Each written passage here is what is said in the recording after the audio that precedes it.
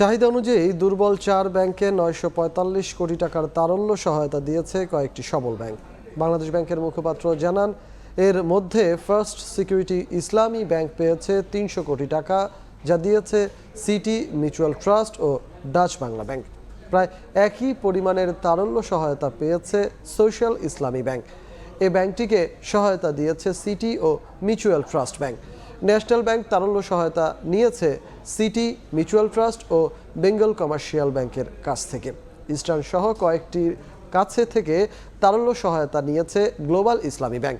বিষয়টিকে ইতিবাচক হিসেবে দেখছেন আর্থিক খাতের গবেষণা প্রতিষ্ঠান র্যাপিড এর চেয়ারম্যান মোহাম্মদ আব্দুর রাজ্জাক। অনেকগুলো ব্যাংকেরই তো তারল্য সংকট বা সে মূলধন তো নাই, যেটা তা হারিয়ে ফেলেছে। এগুলো অ্যাড্রেস করার জন্য ইন্টার ব্যাংক যে লোন সিস্টেম, সেটার প্রতি গুরুত্ব দেওয়া হচ্ছে। বাংলাদেশ ব্যাংক বলেছে যে তারা গ্যারান্টি দিবে যদি কোনো ইন্টার ব্যাংক লোন লাগে, সেটা তারা করছে। এটা একটা সাময়িকভাবে একটা ভালো একটা পদক্ষেপ।